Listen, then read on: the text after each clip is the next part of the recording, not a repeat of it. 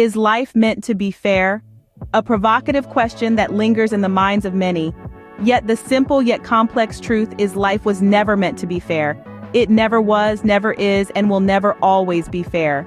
So now what? Consider this. If life was fair, would you even be here? You, who have access to food, shelter, clothing, a computer, the internet.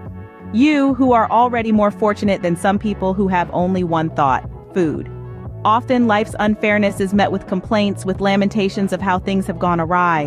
But life was designed this way, not as a cake to be devoured at will, but as a journey to be embraced, bumps and all.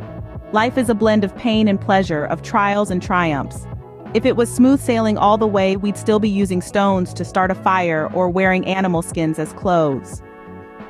Progress comes from adversity, from challenges that force us to grow and evolve. Don't expect life to be fair just because you're a good person or you work hard. Life has its own rules and they're not the same for everyone. We're brought into this world without our consent, and we leave it in the same way, without being asked if we're ready. In every sphere, from school to the workplace to the community, cries of unfairness abound. Fairness, born out of democracy and raised in open markets, has become our de facto modern creed. Yet life remains impartial, represented by the blindfolded Lady Justice, weighing the law on her scales. Everyone is a victim of life's unfairness. We are all subject to its whims and caprices.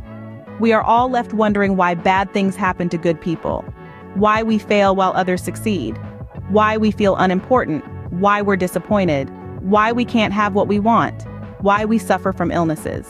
The truth is, these are questions we all ask, and they all lead to one conclusion. We suffer because we focus on life's unfairness. We compare ourselves to others and refuse to accept our lot. But each of us has a place in this world, a role defined by the laws of the universe. The moment we start believing that life should be fair is the moment we fall into a cognitive distortion or the fallacy of fairness.